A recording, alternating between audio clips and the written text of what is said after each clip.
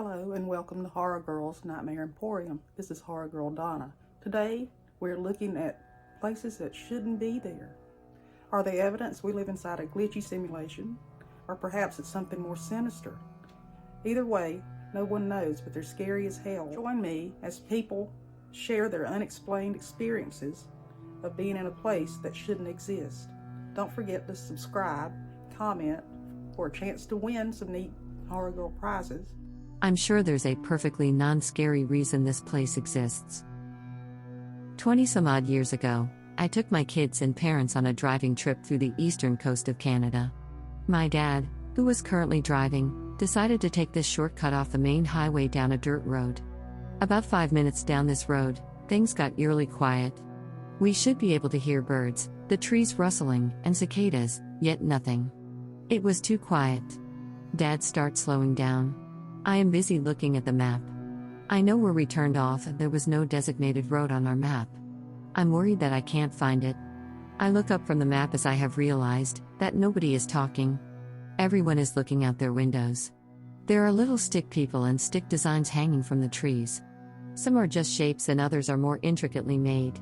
Dangling, swaying slowly. Between this and the fact that it was dead quiet, I made an instant decision and told Dad to turn around and leave as quickly as possible. I felt a huge pressure in my ears like they needed to be popped. Mom had goosebumps and my dad said we were just being silly.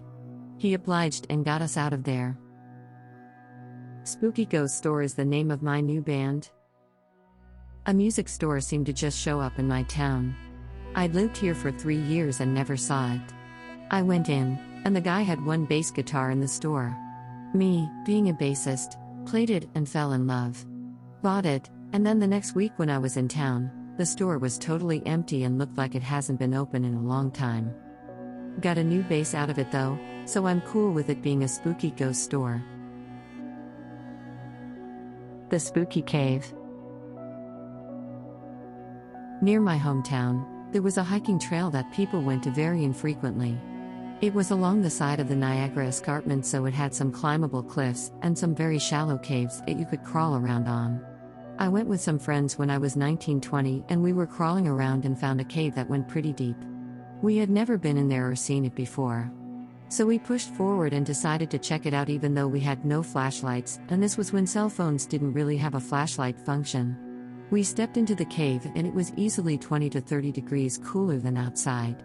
Upon looking around with which light we had, we noticed it was really clean inside the cave, as in it didn't have cans littered everywhere as all the other small caves did. While in there we got a really eerie feeling after being in there shortly. Hearing weird and strange things. Feeling like we were being touched, poked and pulled and not having any way to figure out who was doing it because it was too dark. We were just using lighters to see what was around us. Turns out even extraterrestrials like tacos. I was driving through Illinois to get to Chicago about a decade ago with a group of friends and we stopped at a taco place. The first thing we noticed was that the workers were acting very oddly. Everything they said was monotone and rehearsed. After sitting in this fairly busy restaurant for a bit, we kind of all just looked at each other at the same time as we realized that none of the conversations happening around us made any sense. The people were speaking, and it was English, but the sentences weren't logical. They were just saying words at each other. We didn't say much about it until we got outside, at which point we all freaked out and confirmed each other's experiences at once and got out of there. We jokingly refer to that place as the NPC training center since the people didn't seem to be real, or they were learning how to be human or something. Still freaks me out. Know your horror movie tropes, it could save your life. Driving in rural areas in New England, near the borders of Vermont and Mass, so I am not sure which one I was in. It was late. Well, okay, so late it was actually early. And there was fog, dense fog. Like Silent Hill levels of fog. And like the guy who loses his life in the opening scene of a horror movie, I am driving on back roads.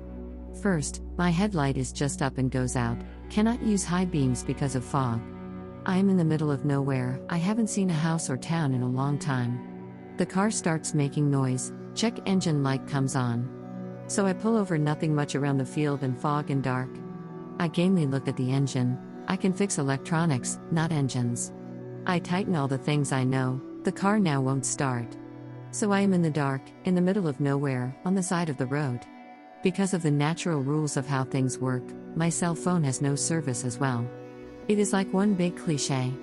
But I am not dumb enough to go wandering the roads right now. So I recline my seat and decide to take a nap for a couple of hours until the sun comes up. I wake up, the sun is coming up, the fog is going away.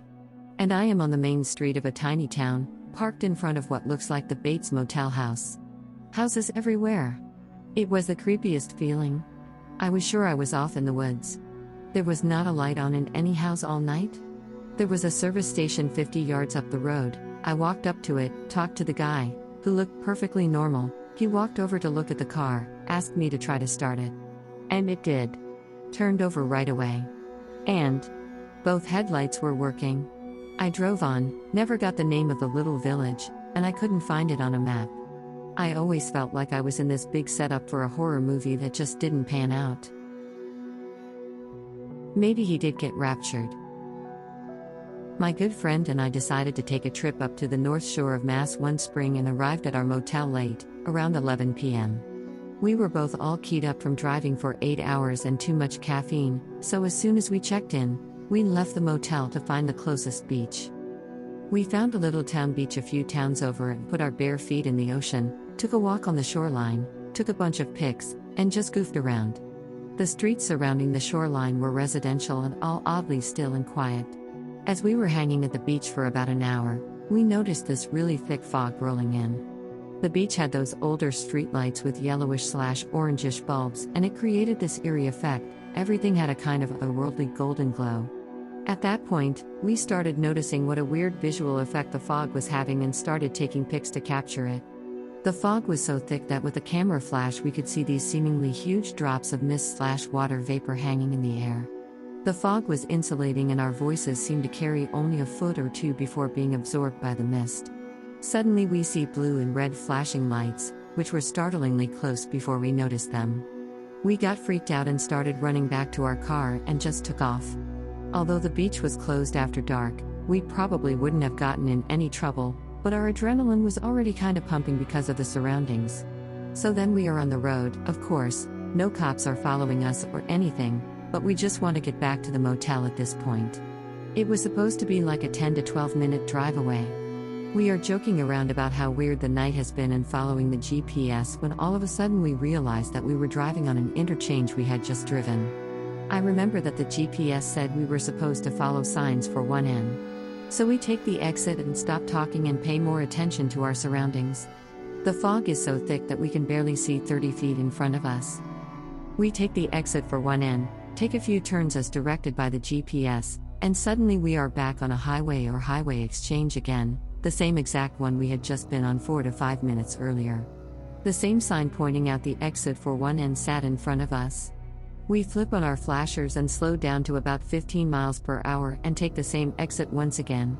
A minute or two later, we both realize that the route we are driving is the same one we just drove a few minutes ago. At this point, we are both having major creepy deja vu. There doesn't seem to be any other cars on the roads at all. All the businesses we pass are closed. Houses are mostly dark with no signs of life inside. The whole world is cast in this weird thick orange air. We are completely freaked out. I didn't mention that this was the night when the rapture was predicted to occur on May 21, 2011. So we drove around a bunch more, trying to find an alternate route back to the hotel.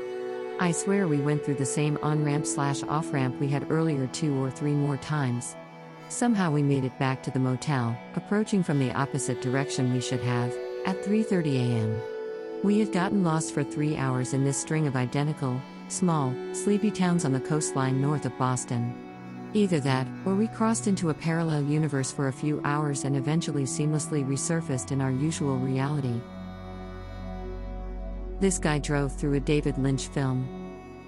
I was relocating across Texas and, as I normally do, was driving through the night to skip traffic and because it's more serene that way. I was driving straight through central Texas going northwest, so seeing the hill country change to the desert in the full moon was super cool. Anyways, I was driving with my, now ex, wife and we were running low on gas. Luckily, we were pulling into a tiny no-name town and we could see an old gas station come around the bend. This encounter happened at about 2 a.m. Now, this town only has one road, and this station was right at the edge of town at the end of it. When I say old, I mean very old, the type that you have no option of prepaying. You simply flip up the handle on the machine and you hear the pump inside start struggling to get the gas from the reservoir. It had the old-style tick readers too, not a thing electrical on it. I, being the young man I was, had never seen one before, so I walked into the store to buy the gas before I pumped.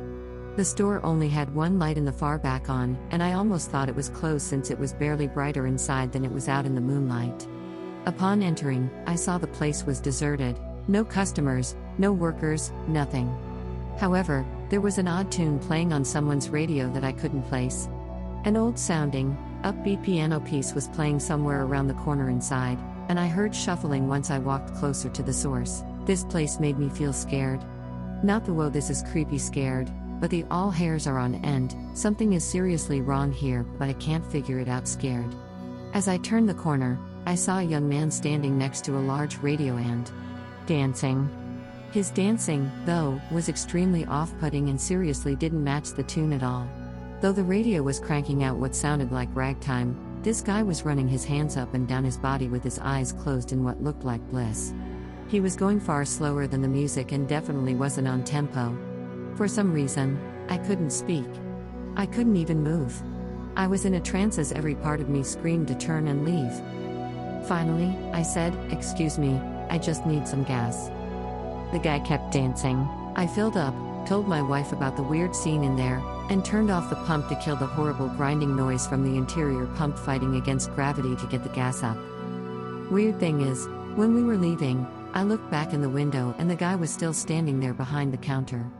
This may sound fine, but my money was still on the counter in front of him. It was like he was a robot who just turned off once I left. This is where it gets super weird.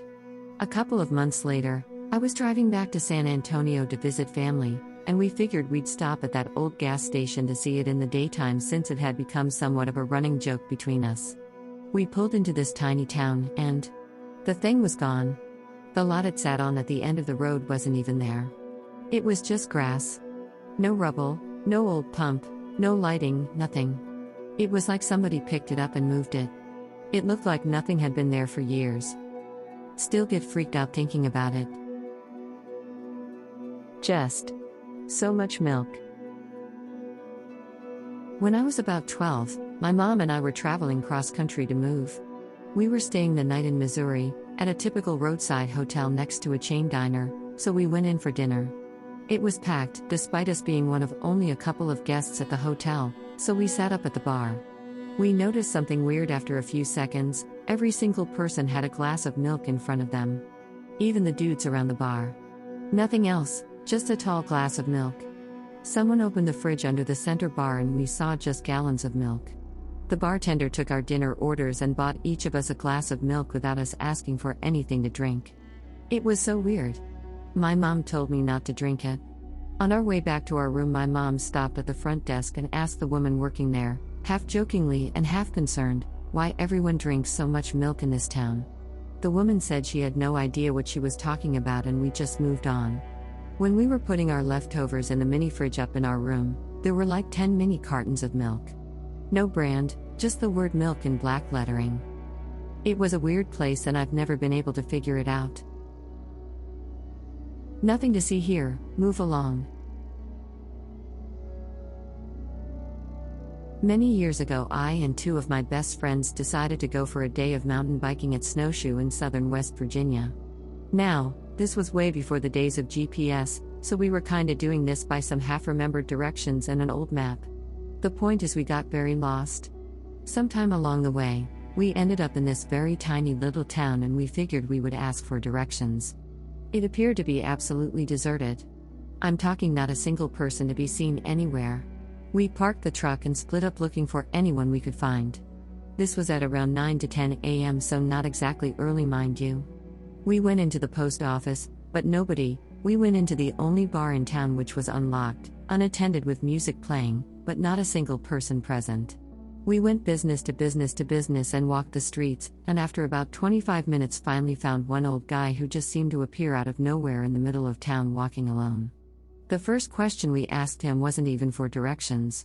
It was, "Where's everyone?" to which he replied, "Well, I guess folks around here don't get up much till around noon." We asked him for directions to Snowshoe and he pointed to the road we came in on. It said to go that way about 10 miles and make a right and you will find the interstate. We left quickly. We were all very uneasy about the whole thing. As we left, we were about 5 miles down the road and saw a lady dressed up in a state road uniform standing in the middle of a very long straightaway holding a stop sign. When we approached her, she turned the sign from slow to stop. We asked what was going on. She stated that there was road construction ahead. We told her what just happened and she just kinda laughed and said those people in that town are kinda strange, but let it slide. So we started talking to her, waiting for a line of traffic to come by from the opposite direction. We actually ended up talking to her for about 45 minutes to an hour. Kinda got lost in the convo. Not one single vehicle ever approached from the other direction or behind us. Eventually, she said, "Well, I guess it's clear now and y'all can go ahead," and slowly turned the sign from stop to slow and motioned for us to go ahead. We went straight ahead, the only direction you could possibly go for the next 30-some odd miles, and didn't see any signs of construction, state road workers, or maintenance going on at all. She had no vehicle. We figured she was a flag woman dropped off by some crew up ahead.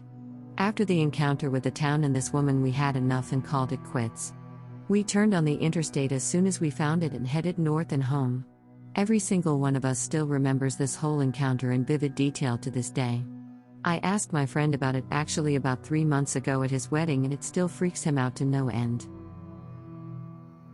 Gas stations are a hotbed for paranormal activity. A few years ago, I was driving home from Florida to Pennsylvania with 3 of my friends. It was late, probably sometime between 1 to 3 a.m., and we were somewhere in North Carolina. We needed gas soon, so we agreed to take the next exit off the highway that had a gas station. The second I took the exit, it was pitch black. There were no street lights along the exit ramp or on the roads up ahead. The only lights in the area came from my headlights and the lights from 95 behind us. The sheer darkness was enough to creep me out, especially because my vision isn't the best, to begin with, but really sucks when it's dark, but we really needed gas, so we pressed on. While driving to the gas station, the only building we saw was a massive, old-looking church. We drove by a sign informing us that we were in a town, but there were no businesses or houses other than the church. When we finally got to the gas station, we saw an assortment of giant farm animal statues outside the building, standing tall and barely illuminated. They weren't fenced off, and there were no signs explaining why they were there, so if it's considered an attraction, it's a confusing one at best. However, the weirdest thing happened inside the gas station. With me on this trip were 1 other girl and 2 guys. We had all been friends for years, and our dynamic includes making fun of each other a lot, but never deliberately messing with each other's heads. At this point in our trip, we were all tired and eager to get home. The gas station itself was huge on the inside, filled to the brim with shelves, all of which were jam-packed with an assortment of junk food and junk items. In hindsight, this seems weird given how empty the town was, but at the time we were all distracted by just how much stuff this gas station held. The other girl and I went to the restroom while the 2 guys paid for gas. The restroom was hard to get to as there were boxes piled just outside the door, and the sign just had a piece of paper with women scrawled across it in green highlighter. Upon leaving the restroom, we saw one of our friends entering the men's restroom, also marked by a piece of paper with men written in highlighter. He gave us a weird look as he entered, but we shrugged it off and walked towards our other friend, whom we could see standing at a shelf a bit away. He was facing away from us, and as we approached, I started to get a bad feeling in my stomach. As we got closer, he turned and gave us the most sinister look I'd ever seen. Alarm bells are going off in my head at this point, and my female friend and I proceed to the car, unsure of what to make of the interaction we just had. The second we stepped outside and looked towards the gas pumps, we saw the same 2 friends we had just seen standing behind us. The one who was entering the bathroom was leaning casually against the car, while the one who gave us a sinister look was finishing up pumping gas. My female friend and I were dumbfounded and asked them how they were standing in front of us when they were both just behind us a few seconds ago, and they looked at us like we had multiple heads. After paying for gas, the two immediately went back out to the car, as the gas station gave off too weird of a vibe to wait in there for us. Sufficiently creeped out, we piled back in the car and noped out of there. I'm not sure why we saw two of my friends' doppelgangers in a gas station, or why the doppelgangers seemed to be in such a bad mood, and I'm really not sure why the gas station had a collection of farm animal statues outside of it. I'm pretty content never going there again though. That place definitely should not exist. Even Africa knows how to get spooky. Back in the day, my dad had a company that rented out 4x4 vehicles to foreigners who wanted to explore rural Africa. These cars were kitted out for off-roading and rarely broke down. But this time one did. My dad had to retrieve the vehicle as he's done a few times before, and since we lived in the neighboring country it wasn't more than a 20-hour drive. We live in Cape Town, South Africa, and the vehicle broke down in Namibia. To my delight, my dad was setting off to retrieve this 4x4 in the upcoming school holiday and asked me to join him. I should add that I was about 16 at the time and ghost stories never really got to me. So we set off on our long journey and the trip goes smoothly as planned. We get to the collection point, hook up the broken down 4x4 to ours, and off we go, no problems at all. Until it turned dark. Now I know Namibia quite well. It has some well-known ghost stories, ghost towns, and other eerie occurrences that have been reported, but in my mind, that was just fantasy. Fast forward to about 2:30 a.m., remember kids, nothing good ever happens after 2 a.m., and my dad wakes me up with noticeable uneasiness in his voice. He asked me to look in the rearview mirror and tell me what I see.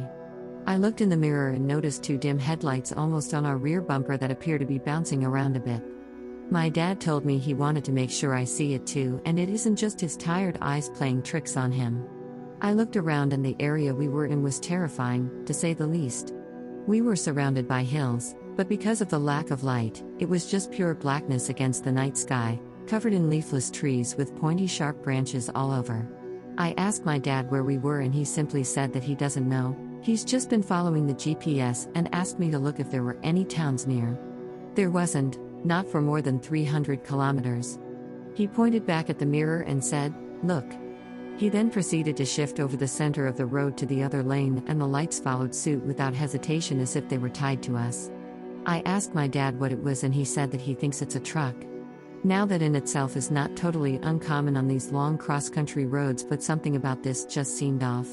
I mentioned to my dad that the truck may simply want to pass us. We are pulling quite a bit of weight, so we are way under the speed limit at this point, and he could be impatient. Dad decides to slow down to 60 kilometers per hour and moves into the yellow line in an attempt to get this truck to pass. Nope, the truck slows down too. Okay, let's take it down a notch. Dad slows down to 40 kilometers per hour. Nope, the same result. We had to drop down to a speed of 20 kilometers per hour for this truck to start overtaking us.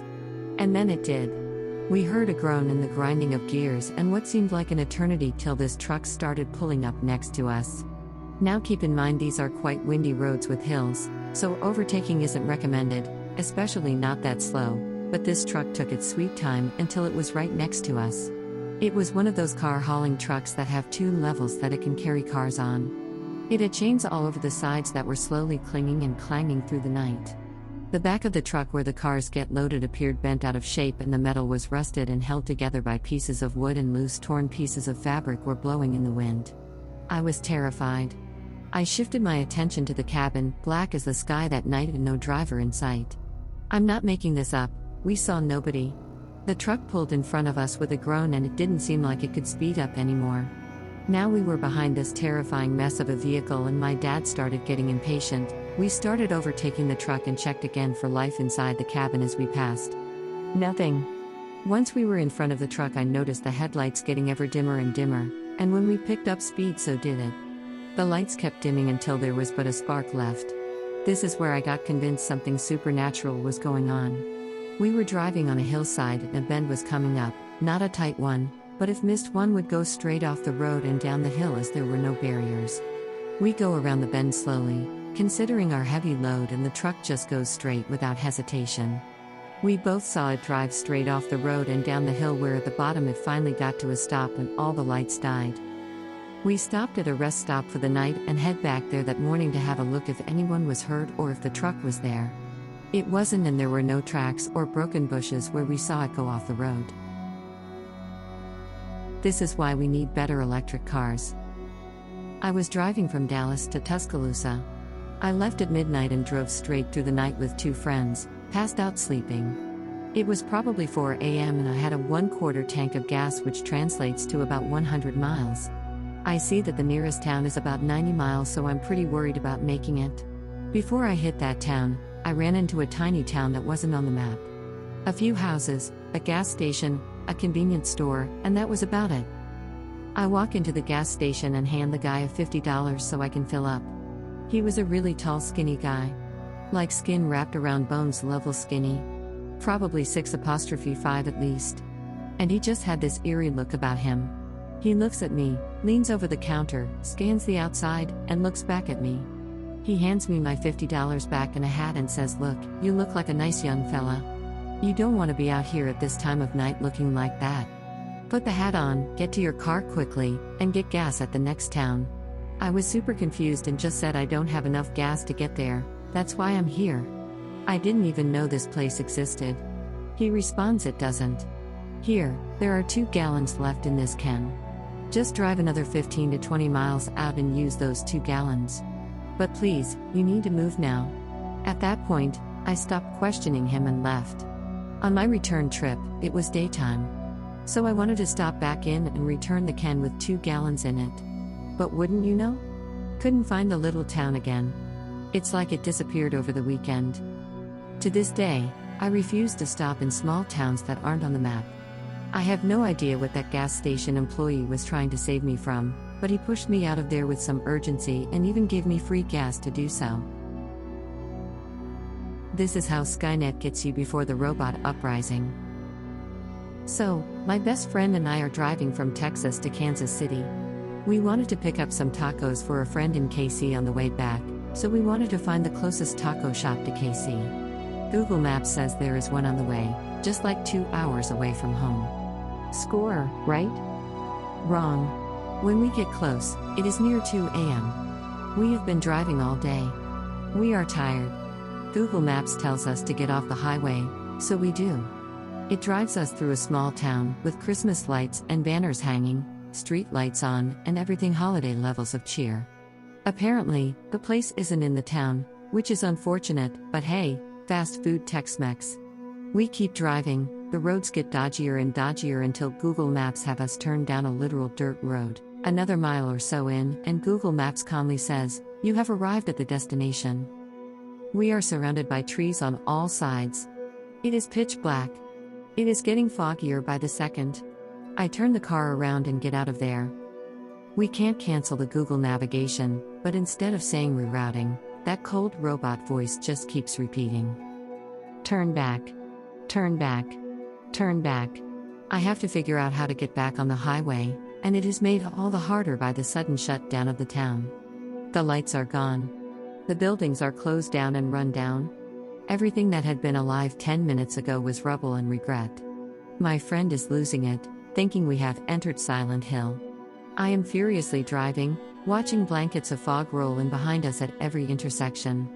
At last, I find the on-ramp and get back on the highway. Sometimes I want to go looking for that town. Most days, though, I am smarter than that. Now I want T-Rex pancakes. My family has a cabin in Cook's Forest, Clarion, PA. The cabin was built by my great-granddad and has expanded a bit over the years. It has a nice little nook at the bottom of a long dirt road off the main path down a nearby hill. There are a few other properties around, but most are up and off on the dirt road. Only one is down the hill and only halfway down at that. It's not modern by any means, no internet or cell service, and the TV still has dials you have to twist to get to watch a DVD. It's very rustic and I love it. The property halfway down the hill is visible from the front of our cabin, which is where the kitchen window, parking, porch, and fire pit area. For as long as anyone can remember, it's been this abandoned lot that had what was once a cabin with a concrete basement. The cabin was built on a hill, so half the basement stuck out, but the remaining part was crumbling. It also was at the fork where we would ride our ATVs to get to the fire break, so even though it's creepy, it was a very common and familiar sight. On Memorial Day, which is when we opened the cabin after the winter. Our family went to the cabin for the long weekend to spend time together. Everyone would usually get there in the early evening, and then all come together for my great-granddad's dinosaur pancakes for breakfast. So I wake up, expecting to smell pancakes and hear chatter from the older members of my family down in the kitchen, but nothing. I assume I've gotten up too early, and go downstairs to use the bathroom and then go back to sleep. Looking back, the whole upstairs was just mattresses with an aisle between them. I should have noticed that most beds were empty. I get downstairs and see all the adults outside, and I go out to say good morning and demand my T-Rex pancakes. I walk out and see all my family adults in a kind of semicircle facing an older man and a woman I didn't recognize. I assume this is some adult situation, so I go back inside to wake up my cousins, but not before looking at the clock on the microwave and seeing that it's about 3 p.m. Now, I love the cabin. I doodle the cabin itself, four-wheelers, and the area around it for months leading up to Memorial Day weekend. I was usually up at dawn because I was so excited to just be there. Sleeping until 3 p.m. was not in any way normal. I wake my cousins up, and by the time they all mosey downstairs, the adults are all back inside. Everyone is pretty silent, but then great-grandpa fires up the stove and gets us kids excited for Ditto cakes, so all seems normal. I was there with one of my aunts and my uncle, no parents, and my aunt is pretty close in age to me and was for sure the cool aunt. So when I saw her pale as a sheet, I went to ask what was wrong. She took me outside and pointed at the aforementioned abandoned and crumbling property. In its place was a sprawling cabin mansion, a parking area full of SUVs, and the coolest looking four-wheelers my 13-year-old self had ever seen.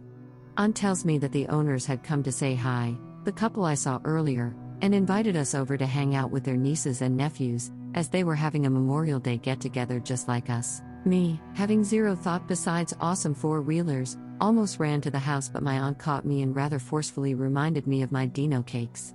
I conceded and ran back inside, to an atmosphere so thick with tension that even my undeveloped brain could detect it. The oldest of the adults were acting normal and playing around with us kids, but something was very off. I finally asked what was up, and my aunt bonked me on the head and asked if I had seen that massive cabin mansion last night, last year, the year before. We'd come to the cabin every few weeks until December. Did I see any construction? Well, no. But they invited us over and they have cool four-wheelers. Auntie, come on. A resounding no from multiple family members made my emotional girl self almost flee and cry until my grandpa, a 6'7" hulk of a man, got down to my level and explained that he felt there was something weird going on. He said the couple didn't act right. I assumed that meant they were rude, and that we should just keep to ourselves this weekend. I agreed and we went about our day, all adults keeping us occupied with activities either inside or behind the cabin. We get ready for bed when I see my great-granddad, World War II vet, who had the only bedroom on the first floor, loading 3 shotguns, handing one off to my gramps and the other to my uncle/cool aunt's husband. To my shock and awe, my Grammy pulls out a Glock from her purse. I go to bed with images of my little Grammy taking down a bunch of bad guys with her shiny pistol. I wake up the next day to the smell of pancakes and the sound of adults chatting downstairs. I'm sad because today is when we have to pack and leave, but things seem back to normal, so I'm very glad. I run downstairs, note that the clock says 7:30, but ignore the weirdness and sit in front of a plate of Ditto cakes that I dig into while asking my aunt what time we have to leave. Leave? We don't leave until tomorrow. Wait, what day is it? It's Saturday, we just got here last night. I notice just a bit of doubt in my aunt's eyes that I know something is up, and I run outside. The abandoned lot is back to its decrepit state. I resolve to brush it off and enjoy my ATV riding and forget about everything pretty quickly. It wasn't until I got back to school and was called to the main office that they asked why I wasn't at school on Monday. I told them that today was Monday. What are they talking about? Nope, it's Tuesday, and my absence was unexplained despite several calls to my parents. The Grove of Tranquility. I've been living out of my car recently. There's a stretch of road in the southwest that runs along with national forests. One night I was looking for a good dark pull-off to sleep in. I found a good one. It had trees to pull under so the headlights out on the 2-lane wouldn't be as disturbing, as it has truck traffic. In the morning I heard a car pull off and watched as it went on past me into the forest on a 2-track. I hadn't seen that lane when it was dark. It looked inviting. I decided to try driving on it myself. It turned out to be a lovely area, and eventually, I found a really nice spot under some trees out in there where it was very quiet and I could see the Milky Way at night, although it was sub-zero most nights. I stayed out there for several days. Data service was good, so I kept applying, and during that time I got an interview invitation, the first in a long time. They called while I was sitting under those trees. The guy who had called later told me that I had sounded very relaxed. Heartened by that call, I drove out to the highway to get some groceries and water. When I came back up the highway, I could not find the original entry point. I found another 2-track and eventually got back to the same spot, but that lane had no place to pull off and park. Months later, I took a temporary house about 40 miles from there and sometimes still use that stretch of highway. I look carefully every time I pass through, sometimes irritating other drivers. I have not yet found the original entry. None of the pull-offs have a lane at the back or even a break in the fence, and none of the lanes have even a slightly wide spot, much less a deep place with trees. I am not that kind of person at all, which is why I re-examine that stretch every time I pass through, but I'm slowly resigning myself to having spent at least one night in a place that doesn't currently exist. This seems like a deleted scene from Big Fish. 10 years ago, my friend and I were bored one night and were driving around. We were on a highway in NJ about 30 minutes from our houses, and through the trees, in the middle of nowhere, we see this beautiful freshly paved cement pathway with lampposts every 100 feet just lighting the pathway up. It was beckoning to us, and so we found the nearest exit.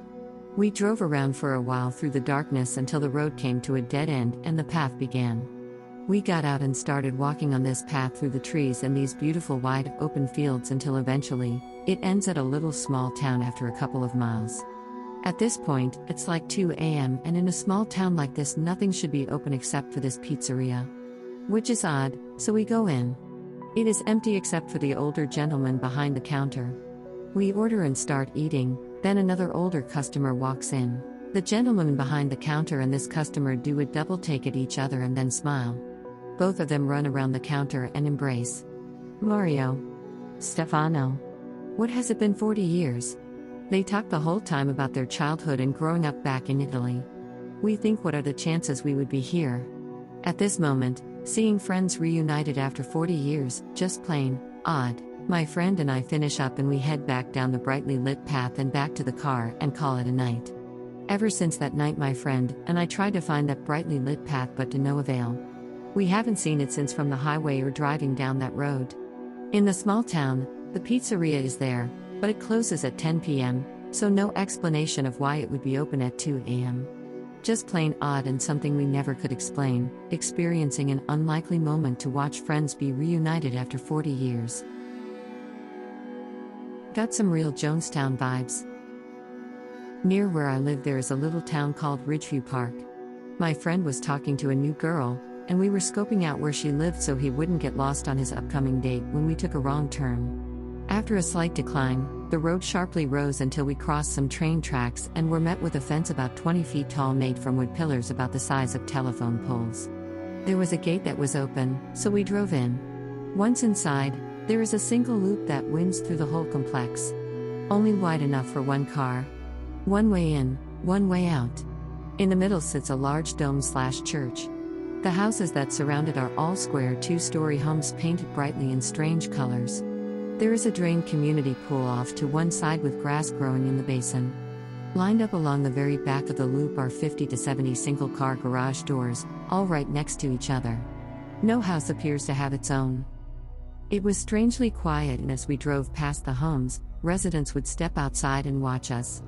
The loop isn't too large, and we eventually made our way around and exited through the gate. Some people walked closer watching us leave. I haven't seen anything else like it. Their website is password protected, and their Facebook page is private. The part you can see says it is a summer community that started out as a Methodist camp and still has religious services, and that they only sell homes to members of the family. Such a creepy vibe to the whole place, and we try to drive through at least once a year, when the gate is open. Nope. I'm done. This is too creepy. A friend had a recording studio in his parents' house in Coleraine, MA. We were up late, having fun and recording, and for whatever reason, we took his 4-track to the barn to record ourselves singing. On the tape, There's a take of the two of us singing, and then there's a pop. We stop and start laughing all of a sudden, because in real life the single light bulb in the barn had suddenly burst and surprised us. Haha. We hauled everything back inside and went to listen to the tapes and add more. But it's Western Massachusetts and everything is haunted here. So, of course, on a separate track, we heard a faint voice. New tape, unrecorded area. As we're singing on track 2, a frantic voice is on track 3, quiet but clear enough. It yells, "I got away. I got away. I'll show you." And as soon as it says, "I'll show you," that was when the light bulb burst and we start laughing. 18 years later, it gives me chills to think about. That night we left all the lights on, it was too creepy. There were high tension lines nearby, it wasn't unusual to pick up AM radio on the tape, but on an untouched track? And such a terrified voice coming from the local oldies station at 1 a.m.? You can check out any time you like, but you can never leave. There's this old abandoned hotel a couple of hours away from me. It's not like a modern hotel, but like an old Victorian house that was turned into a band. It's totally boarded up, a big fence around it with barbed wire. Apparently, it's pretty haunted. In high school, some friends and I went to go check it out. It's in the middle of this circular road, not a roundabout, but you can go around several times before feeding back onto the main road. It takes about 90 seconds to go around this circle. Anyway, the first time we drive through, all the shades on the windows is drawn. We drive around again, and only half of the shades are drawn. The next time we drive by, all the shades is open. We drove around one last time and all the shades were drawn again. We freaked out and drove out of there. Run for the hills, run for your life. Many years ago, my family and I moved from California to Nebraska. I was still a young kid, probably 5 to 6 years old.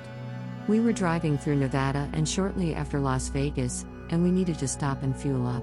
We stopped at your typical old-school gas station that rings when you pull up to the pump.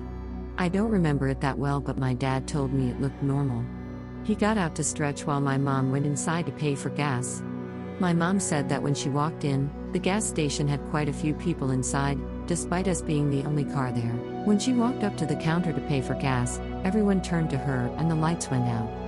She ran outside where my dad witnessed everything and helped her into the car, and we sped off down the interstate, not caring whether we ran out of gas or not. To this day, my mom says that's one of her scariest encounters because she can't explain nor figure out exactly what was going on.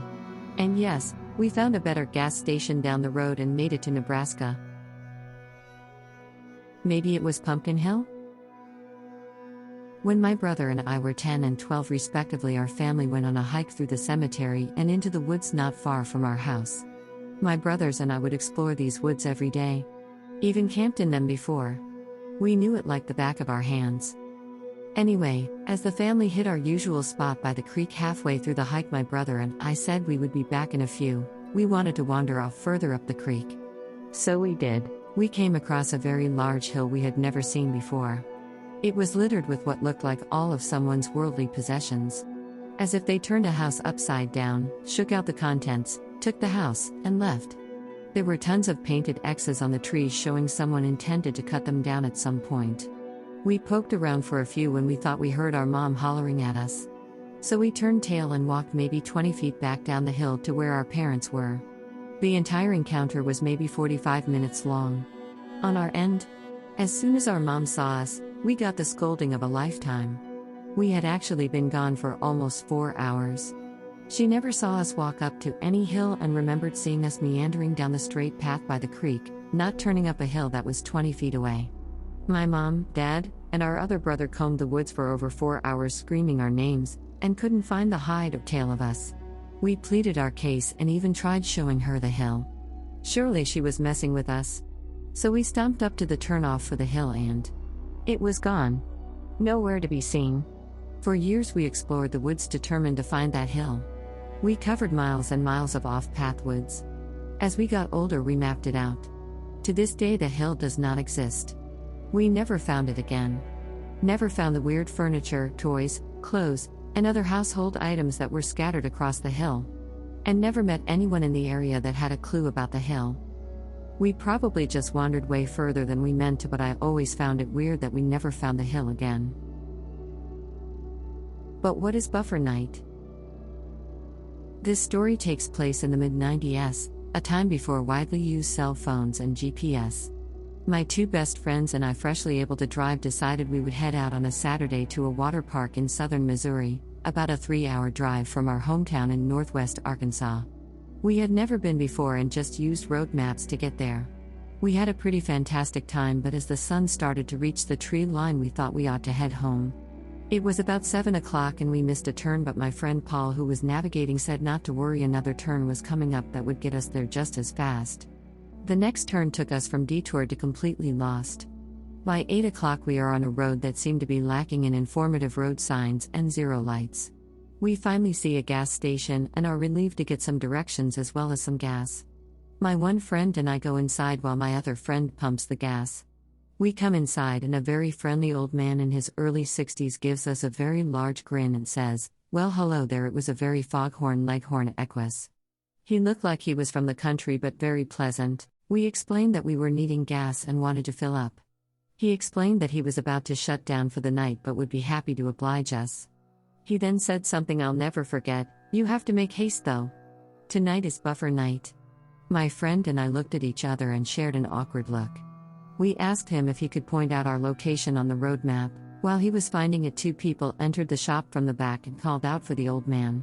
He said he was up front. The two approached us, a man and a woman, and at first looked confused, then as though hit with an epiphany they smiled. They asked the old man, "Are these the guests tonight?" He shot them a look and said, "No, these are some lost children." The way he said "children" caused the hairs on my neck to stand up. Not sure why.